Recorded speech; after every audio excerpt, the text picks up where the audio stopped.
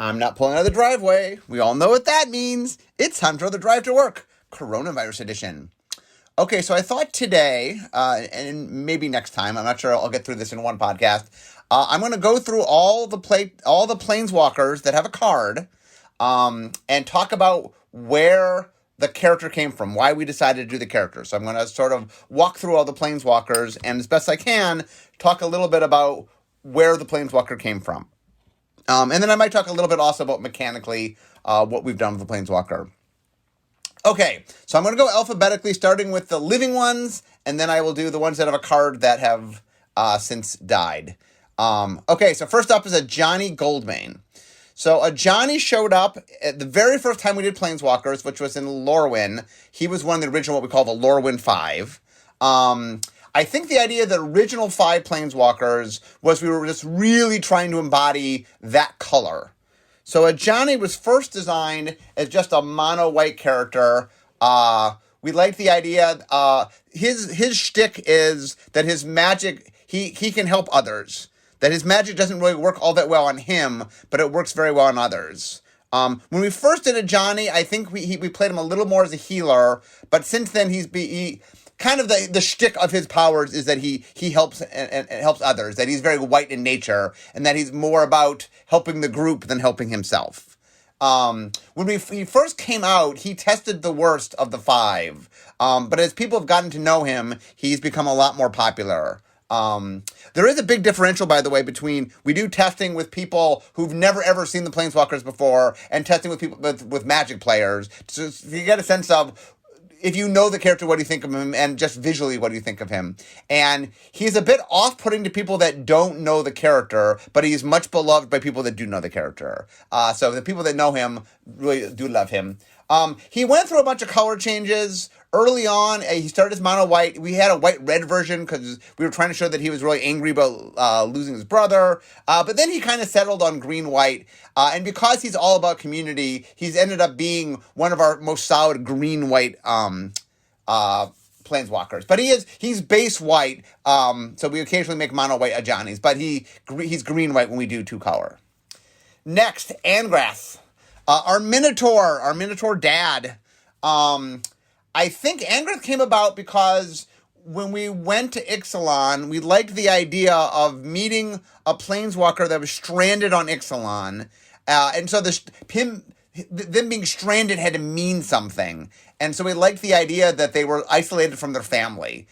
We ended up making backstory. We had kids. I think his wife had died, but he had kids that he was stranded from, and he really wanted to leave. We ended up making him tie into the pirates. I think he might have been a captain. I know Vrasco was a captain. Anyway, and I think we had talked for a long time of having a Minotaur. I think that the reason that what we wanted to do was something that clearly wasn't from this world, wasn't from the world of Ixalan. So we had to pick a creature type that didn't show up in Ixalan. So it was crystal clear that this was not a creature from Ixalan. And so we had talked about doing a Minotaur. I think that's how he ended up at Minotaur. And I think he was black-red.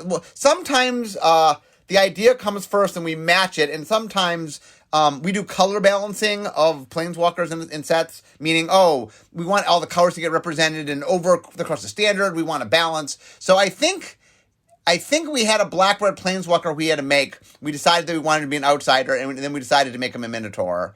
I think it worked. I don't think we started with a Minotaur I think we sort of started we had done the other ones first, and okay, what we have left is a black-red planeswalker.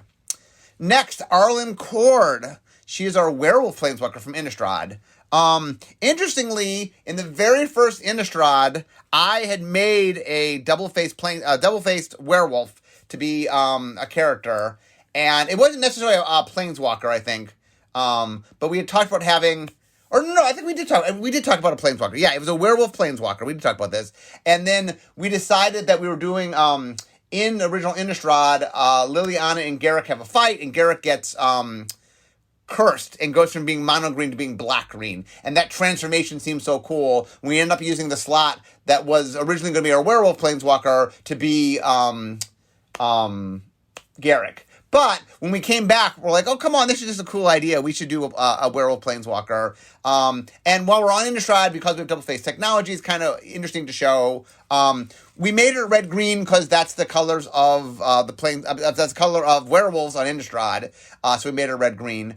I think she's base green.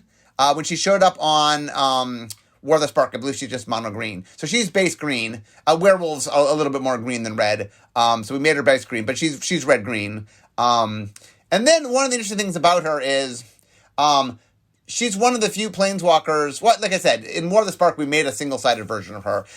The thing about her is it's the moon of Innistrad that transforms her. So however she travels to other worlds, she doesn't change because it's the moon of Innistrad that changes her. So if she is a human and travels, she stays human. If she's a werewolf and she travels, she changes werewolf. And I think she's traveled in both forms. In War of the Spark, she was human when she traveled, obviously, because her card in War of the Spark was human. The big thing with her is we because she's a werewolf, we like her to play nice with werewolves. We give her affinity with wolves. Like War of the Spark, she interacts with wolves, for example. But anyway, the big shtick of Arlen Court is she's our werewolf planeswalker. Ashiok. So Ashiok first showed up in Theros. Originally, it's funny. The character, before we officially sort of made a character, the fill in the character while we were waiting was Dark Jace. We had played around with the idea that there's the very early ideas for the Theros story, it's not where we ended up, was there was this creature.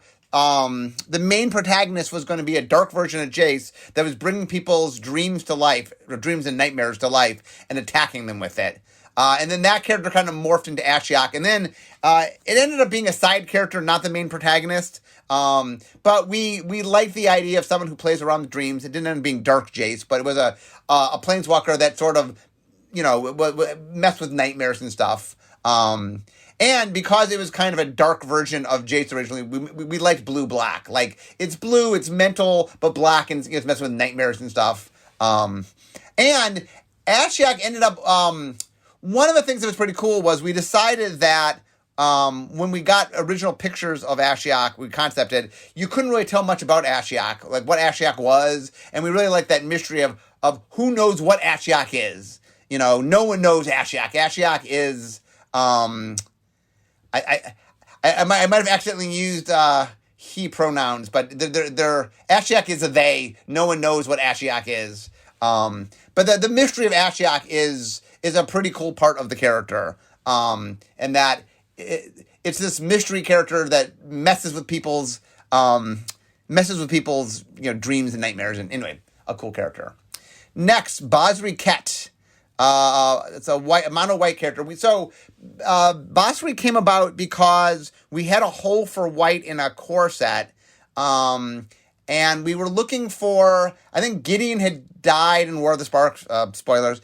And for some reason we didn't want to use a Johnny, and I think Elspeth was still trapped on Theros. And we said, maybe we can make a new mono white character.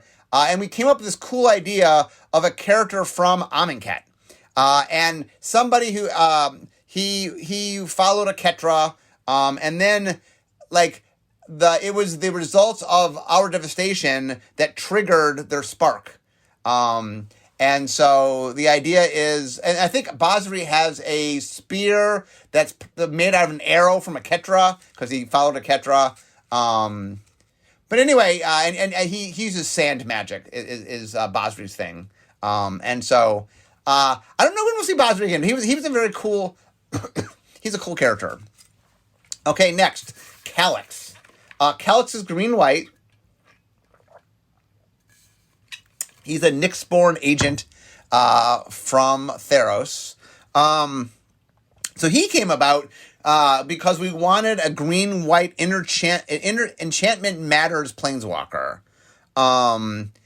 Mostly what had happened was we just kind of, we had made, there had been a number of artifact planeswalkers that mechanically, not that they were artifacts, although Karn is, but not the creature type, they weren't artifacts, but they just cared about artifacts. There's a bunch of planeswalkers that have a mechanical connection. Tezzeret, Daretti, Dovin in some ways. They're ones that had some connection to artifacts. And we really hadn't had much with a connection to enchantments. We had made, what's her name? The one of many masks. We had made in a Commander product, but creatively she had some issues. So we decided we were going to make a brand new character. We wanted a brand new character, and so this was a sort of a bottoms up. We want it to care about enchantments, so it's going to be green and white, the colors that care about enchantments. And then the creative team sort of came up with a character that made sense of that. And it was Kelix was made by the gods to follow Elspeth, and kind of in order to follow it had to have a spark. So sort of Kelix created their own spark. And anyway, is now after Elspeth, who has left Theros. Next, Chandra Nalaar. Mono red. So Chandra is one of the original 5, one of the Lorwyn 5. We created a character that we wanted to just represent red. So the idea of a pyromancer that, is very impulsive.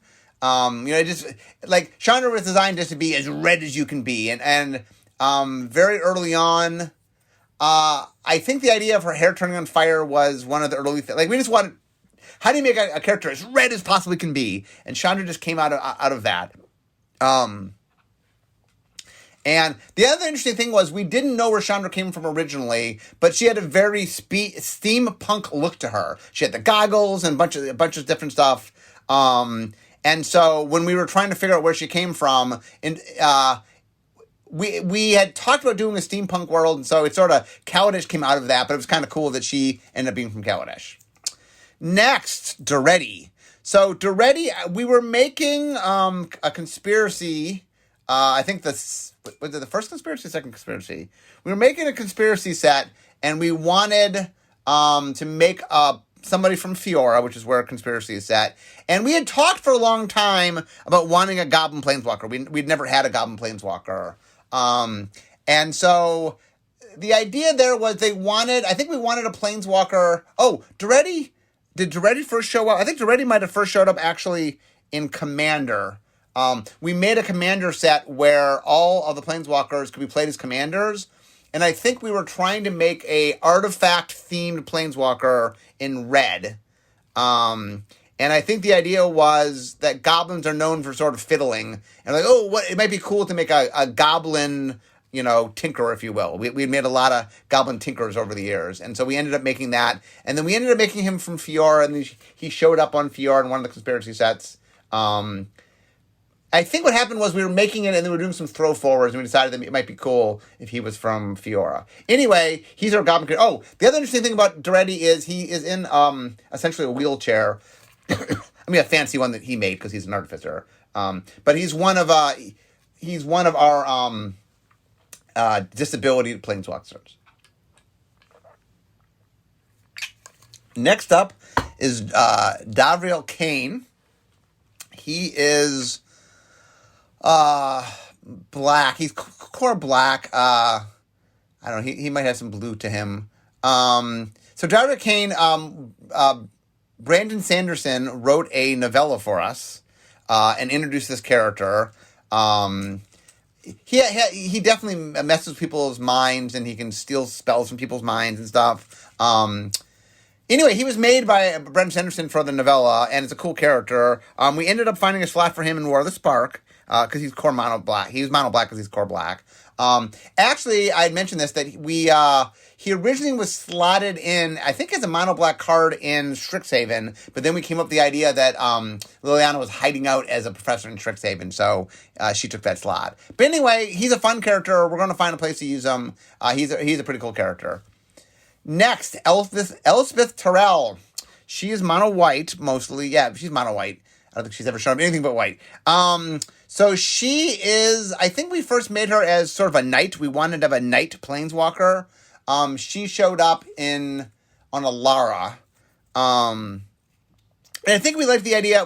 One of the things for our when we do monocolored planeswalkers is finding aspects of the color, and the idea of a chivalrous knight, and the whole idea of her character was she's someone that just kind of wants to live in peace, but like she can't turn away from trouble, like she can't not help people, and so she's an interesting character where she keeps trying to get away, like on the surface she's like, look, I just want to be by myself, and she comes from a very traumatic background. I believe the Phyrexians invaded her world where she's from.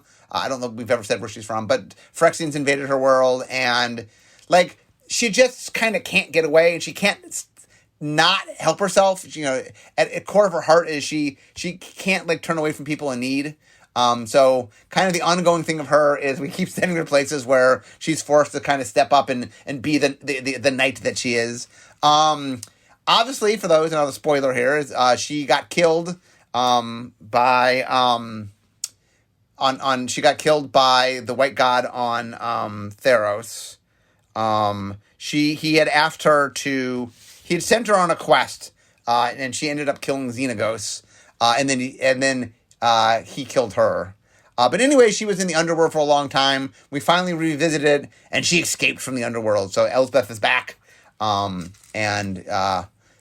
Anyway, I'm glad Elspeth is back. Elspeth is a fun character.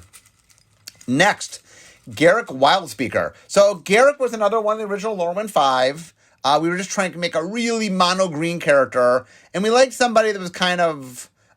he's very big. I think he's like 8 feet tall. Originally, he has a mask that... Originally, when you saw him, you always saw him in the mask. Eventually, we took the mask off, but...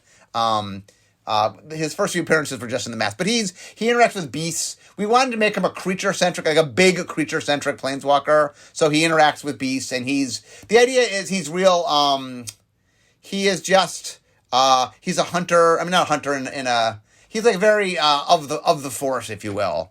And he interacts with beasts. Just super green. Next is Huatli. Huatli came about, two things basically.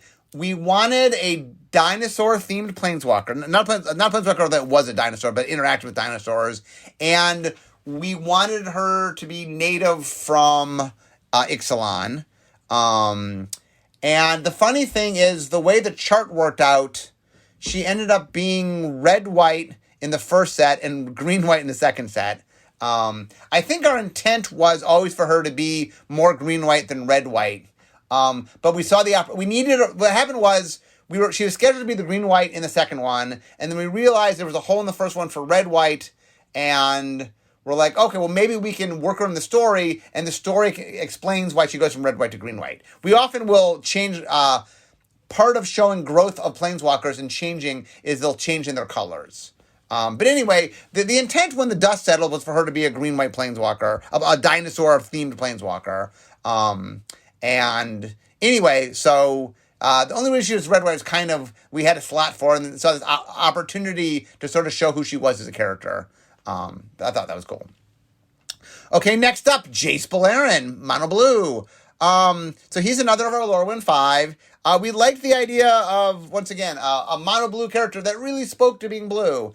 And the idea that we had really early on that has really stuck with the character is blue is all about knowledge. So it seemed cool to have a character that really cared about knowledge, yet was missing information of their own past. And that just seemed like a really cool character. And then the idea we messed around with was that he can mess around with other people's memories, that he sort of has telepathic abilities. And the idea that he can do illusions, everything he did is sort of mental, it's like a mental character. But the idea we really loved was, well, he can mess with other people's memories. He himself is missing his own memories. That he's kind of, like, he cares about knowledge in a way that most planeswalkers don't. And part of it is because he himself is missing information. Okay, next up, Jaya Ballard. So Jaya Ballard first showed up in flavor text. She was just this pithy mono-red pyromancer that would say fun things. Interestingly, she's named, there's a city in Seattle called Ballard, and one of the flavor text writers used to live there, and when they were naming the character, it needed like a last name, so she just used the city she lived in. So Ballard is named after, if for those that know, the city of Ballard. Jaya first showed up in Ice Age, long time ago, back in 1995 in flavor text. And we really enjoyed her flavor text. She was a fun character to write flavor text for. So she showed up as a legendary character in Time Spiral. I think Time Spiral proper, the block at least. And then at some point we decided it'd be fun. She was a Planeswalker from way back when.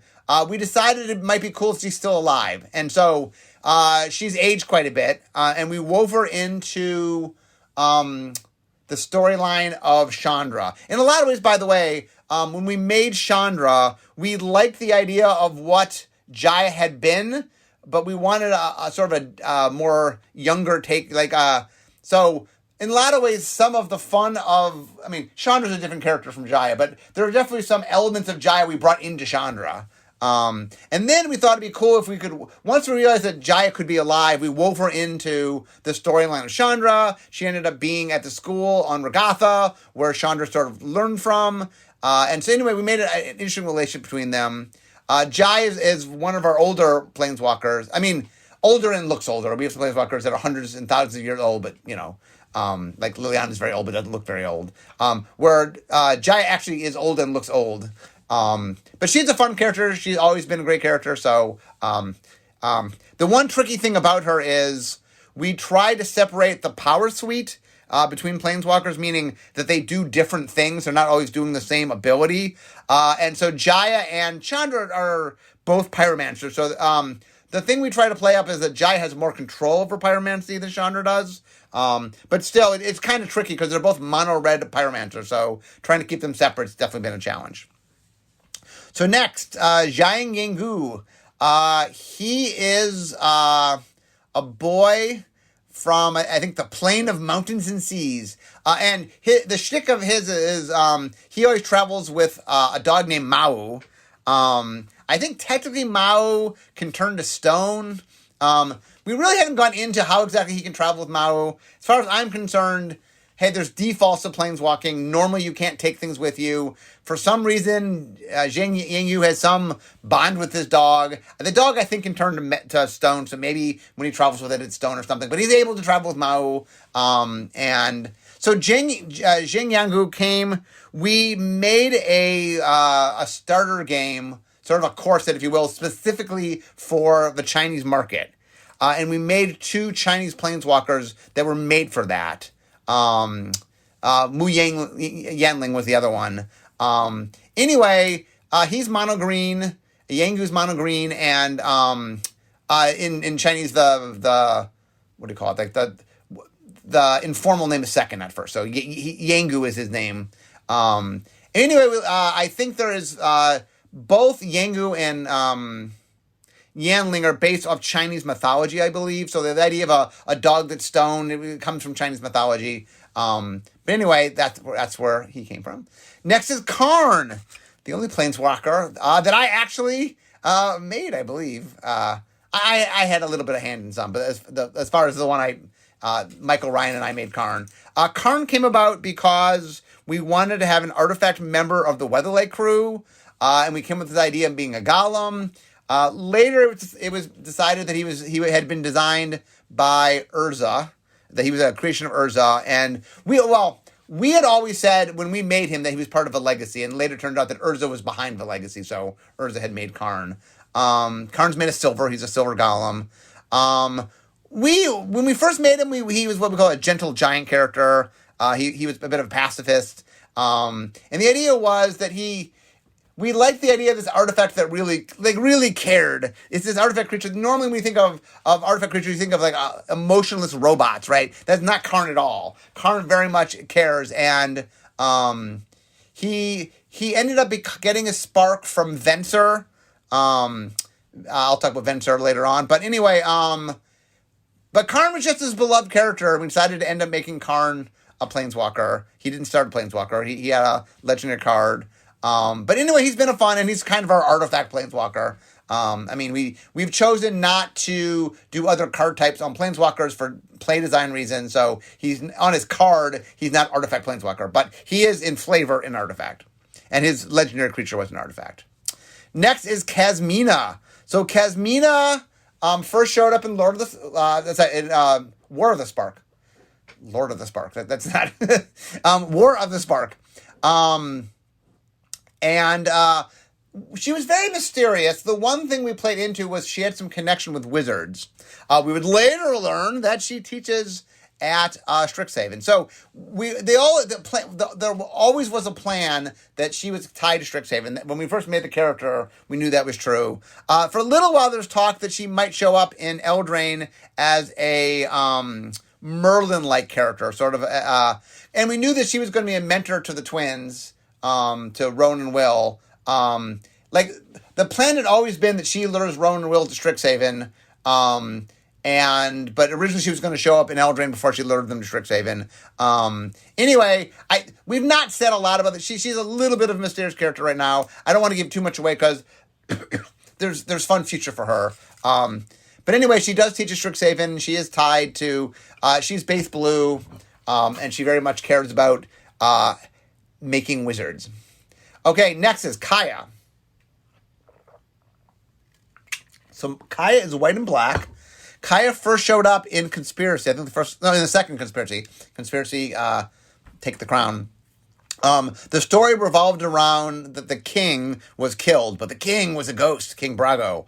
So how do you kill a ghost? Well, with a ghost assassin. So Kaya's abilities is she can, in comic books they call it phasing, but she can sort of walk through things, if you will. And in that, she can sort of go into the ghost, the intangibility of ghosts. She can be intangible, essentially. And she can be intangible, and when she's intangible, she can then interact with ghosts and kill ghosts. So she has the capability of killing.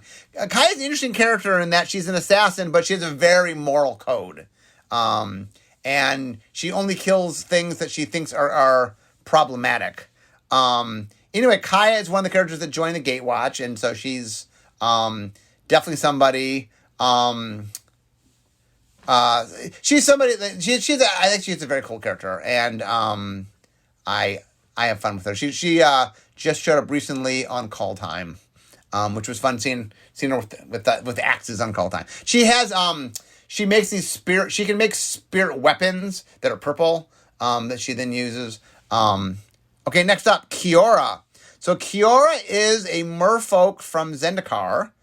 She's green-blue. She interestingly first got created because in Duels of the Planeswalker, we had this giant, blue-green, sea monster deck that we made for Duels of the Planeswalkers. And none of our every deck on Duels of the Planeswalkers had a Planeswalker that went with it. And so there was no Planeswalker that made sense. Like, Garrett didn't make sense for it, and Jace didn't make sense for it. And so we ended up making Kiora. And then we also ended up making, was it Raul Zarek, I think? So we ended up making a few characters for Duels of the Planeswalkers. Kiora was one of them. And then people really liked it, so we ended up bringing her into Magic. So it was a lot of fun.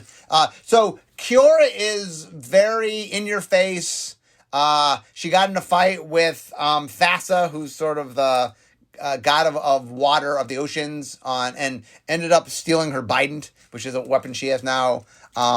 Anyway, Kiora is pretty cool. Mostly her whole shtick is she interacts with sea monsters and stuff, and she controls sea creatures. But she's a fun character to write, and it definitely has a lot of cool attitude toward her. Next up is Koth. So Koth is what we call a geomancer. So he's mono red. Koth controls Earth and does Earth magic. He can make earthquakes. He can do tap into volcanic energies. He's sort of he's an elementalist that messes with Earth. Koth showed up. Koth from Mirrodin, and mostly Koth's story has been interacting with the Phyrexians. When the Phyrexians took over and made new Phyrexia, he's still there fighting the good fight, I believe, along with the rebels on there. And anyway, he definitely is a cool character who, like I said, we have characters that mess with the different elements, like Chandra and Jaya do fire, and Mu Yanling, which I'll get in a second, does wind, and I guess Kiora messes with water. Doesn't really do water magic necessarily, but anyway, Koth is our earth earth sort of elementalist, if you will. Next, Liliana Vest. So Liliana comes from, she's one of our original Lorwyn 5. She's from Dominaria originally. Liliana is a necromancer. We made her to be very, very black. And what's more black than a necromancer? And so she connects with zombies. So we have a lot of planeswalkers interact with specific creature types. She actually interacts with zombies. And she does her sweet base is things. She can do some kill spells, and she definitely can mess with the graveyard and stuff. And Liliana has been a character that's gone through a lot of different stories and stuff. She actually started as a sort of a mono white healer way back when. Well, I guess she was even the early version was mono black, but she had some of her would go way back in her character, more before we showed her as a card. She started as a healer. I guess she's even black in the first time we showed up. But she ended up doing something she wasn't supposed to do to save her brother. She accidentally cursed him to zombieism or vampirism. I guess she made him a zombie, not a vampire. But anyway, the trauma of that sparked her, and she is definitely a fun character who has a lot of attitude and definitely does things that she wants to do. Next up is Luca. So Luca is from Ikoria. He's all about bonding with animals. Although unlike with Mau and Yengu, he doesn't travel with his animals. So he tends to bond, like he'll travel to a new world and bond with a new. So he always has a native creature that he's bonding with. But he's really good at bonding with creatures. I think he was once in the military. Like he's a good strategist. He's mono red. And he plays a little bit into the military aspect of red that we don't, the fighting aspect that we don't often. And like I said, he's good at strategy, and he bonds with animals. Is kind of his thing. A bit of a bad boy. Okay, next we have Mu Yanling. So she is. Oh, it says here she's a hydromancer. Oh, so maybe she is. I was thinking she is an airmancer. She's a watermancer. Anyway, she messes with water, and once again, she came out of us doing the Chinese, the corset for the Chinese market, her and Yengu. So, once again, I think she came out of Chinese mythology, I believe. She also is from the plane of mountain and seas, is the plane the two of them are from. Next up is Nahiri. So Nahiri is a core. And she's from Zendikar. So we knew her for a long time as the Lithomancer because her magic deals with stone, and she's very good at making things out of stone. She can make monoliths out of stone, and she can make weapons out of stone. She was one of the 3 planeswalkers that originally imprisoned the Eldrazi on Zendikar. Her and Sorin and Ugin. And then what ended up happening was she stayed on Zendikar to guard and make sure that the Eldrazi didn't get out. And then, through a series of events, Sorin trapped her in the Hell Vault. And then when she got out of the Hell Vault, she was pretty upset about it. And then decided to sort of take it out on Sorin and Sorin's home plane of Innistrad. And had a big role in the Shadows over Innistrad story. She then recently showed up on Zendikar, in the Zendikar Rising. She very much cared. She's a red-white character. She very much cares about her Zendikar and her people. But she has been wronged, and she's definitely very angry about it. And it's not like she's one of the interesting. She's a villain, but in the sense that it's not that her core things that what drives her is villainous, but somehow in the way she executes things can be a bit villainous. Okay, I'm gonna do 3 more and then call it. Next up is Narset. So Narset's blue, white, red. She was from the Ojutai on Tarkir. We first saw her as a so originally she was in the Ojutai clan as a legendary creature, and then when Sarkhan went back in time and changed the timeline, she ended up becoming a planeswalker. So she is, I think she is Narset is neuro atypical. So she is someone who is very in. She's a good fighter. She's very into sort of learning and meditation and stuff. And I know she is friends with Tamio and Johnny, I believe. Next up, Nicol Bolas. So he might be the oldest Planeswalker, as far as the Planeswalker that we knew the character. Well, I guess Urza technically is the oldest, but a very, very old Planeswalker. Nicol Bolas is a dragon, a legendary dragon, elder dragon, that first showed up in Legends, the third ever expansion.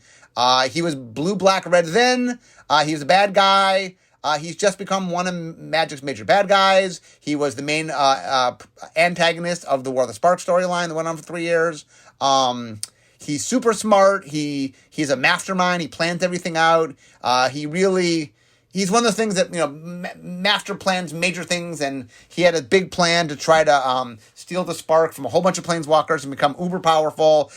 His whole thing is he was once super powerful, and then the mending depowered a lot of the Planeswalkers, and he was trying to recapture that. Anyway, he's right now disparked and trapped in his meditation realm, but who can keep an evil dragon down? But right now he's imprisoned. And we're going to end today on Nico Eris. Nico is an athlete from Theros, non-gendered. Nico can make these shards, these metal shards, and then uses them. And they can contain living things in a pocket dimension. Is I think how they work. He's white. They're white-blue, and. Yeah, the interesting mechanical thing was interacting with a token type that's unique to the character, and we did some stuff. So when Nico shows up again, I'm sure they will use the shards. But as a character, we like the idea of we were looking for a character on Return to Theros, Theros Beyond Death, and we like the idea of making a non-binary character. So that's how Nico came about. Anyway, guys, I just got to the halfway point, and I can see my desk. So we all know that means this is the end of my drive to work. So instead of talking magic, I'll be making magic. I will continue this next time. I got through half of them, so obviously the other half will come. Anyway, I hope you enjoyed hearing about all the Planeswalkers, and I will talk to you next time. Bye-bye.